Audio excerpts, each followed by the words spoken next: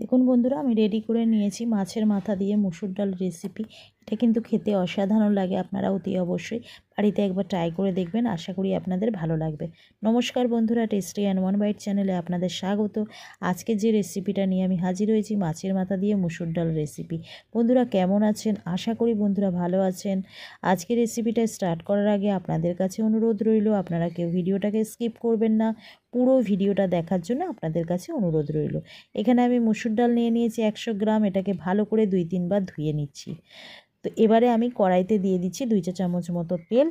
এখানে আমি একটা মাছের মাথা, রুই মাছের মাথা নিয়েছি, সেটাকে আমি ভালো করে ভেজে নিচ্ছি। তো বন্ধুরা আরও একটা অনুরোধ রইল, আপনারা অতি অবশ্যই আমার এই চ্যানেলটিকে একটি লাইক, একটি সাবস্ক্রাইব করে চ্যানেলটির পাশে থাকবেন। তাহলে কিন্তু আমি নতুন নতুন ভিডিও বানাতে অনুপ্রাণিত হব। আশা করি বন্ধুরা আপনারা আমার এই অনুরোধটা রেখে আমার পাশে থাকবেন। তো এখানে মাছের মাথাটাকে আমি 2 পিঠ উল্টে পাল্টে ভালো করে ভেজে নিচ্ছি। ভাজা হয়ে গেছে, আমি মাছের মাথাগুলোকে তুলে নিচ্ছি। এখানে আমি আবারও 1 চা চামচ মতো তেল অ্যাড করে দিলাম, যে তেলটা ছিল তার সাথে দিয়ে দিচ্ছি একটা শুকনো লঙ্কা 2 টুকরো করে, দিয়ে দেব 2খানা তেজপাতা। এটাকে ভালো করে নাড়াচাড়া করে নিলাম। এখানে আমি মিডিয়াম সাইজের একটা পেঁয়াজকে কুচো কুচো করে রেখেছিলাম, সেটাকে এখানে আমি দিয়ে ভালো করে বাদামি বাদামি করে ভেজে নেব। দেখুন বন্ধুরা হালকা বাদামি করে ভাজা হয়ে গেছে। এবারে আমি এখানে রসুন পেস্ট করে রেখেছি আর আদা পেস্ট করে রেখেছি। সবটা আমি দেব না, 1/2 চা চামচ করে আমি দেব। তো এখানে আমি দিয়ে দিচ্ছি 1/2 চা চামচ রসুন পেস্ট, দিয়ে দেব 1/2 চা চামচ মতো আদা পেস্ট। এটাকে ভালো করে নাড়াচাড়া করে নিয়ে নেব, যাতে করে আদা রসুনের কাঁচা গন্ধটা চলে যায়। তো ভালো করে আমি নাড়াচাড়া করে নিয়েছি। এখানে আমি দিয়ে দেব অল্প পরিমাণে জল। আবারও আমি একটু ভালো করে নাড়াচাড়া করে নিচ্ছি। এখানে এবারে অ্যাড করে দিচ্ছি স্বাদ অনুযায়ী লবণ,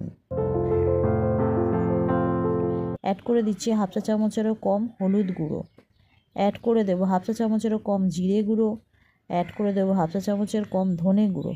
এবারে মশলাটাকে ভালো করে নাড়াচাড়া করে কষিয়ে নেব। যে মাছের মাথাটা ভেজে রেখেছিলাম সেটাকে আমি অ্যাড করে দেবো। মশলা কষতে কষতে মাছের মাথাটাকেও ভালো করে কষে নেব।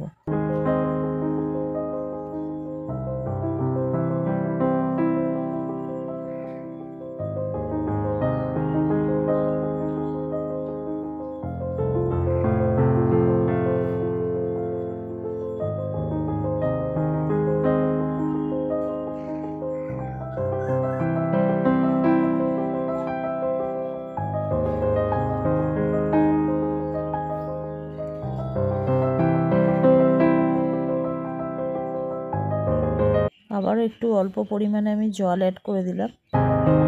মাছের মাথাগুলোকে আমি ভেঙে নিচ্ছি এইভাবে। আপনারা চাইলে ভাঙতে পারেন, না হলে গোটাই দিয়ে দিতে পারেন, অসুবিধে নেই। যদি বেশি মাছের মাথা থাকে তাহলে গোটাই দেওয়া যেতে পারে, অসুবিধে নেই 2-2খানা করা অবস্থায়। এটাকে ভালো করে কষিয়ে নিয়েছি আমি। দেখুন বন্ধুরা আমার কিন্তু মশলা থেকে পুরোপুরি তেল ছেড়ে দিয়েছে। এখানে আমি যে মুসুর ডালটাকে ধুয়ে রেখেছি সেটাকে এখানে অ্যাড করে দিলাম। আবারও আমি এটাকে ভালো করে নাড়াচাড়া করে নেব।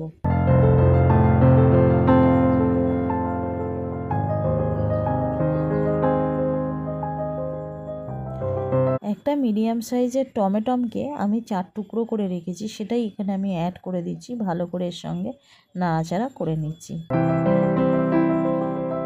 খুব বেশি কিন্তু নাড়াচাড়া করে কষানোর দরকার নেই টমেটোটাকে। টমেটোটা কিন্তু ডালের সঙ্গে এমনিই গলে যাবে আর কোনো কাঁচা গন্ধও থাকবে না।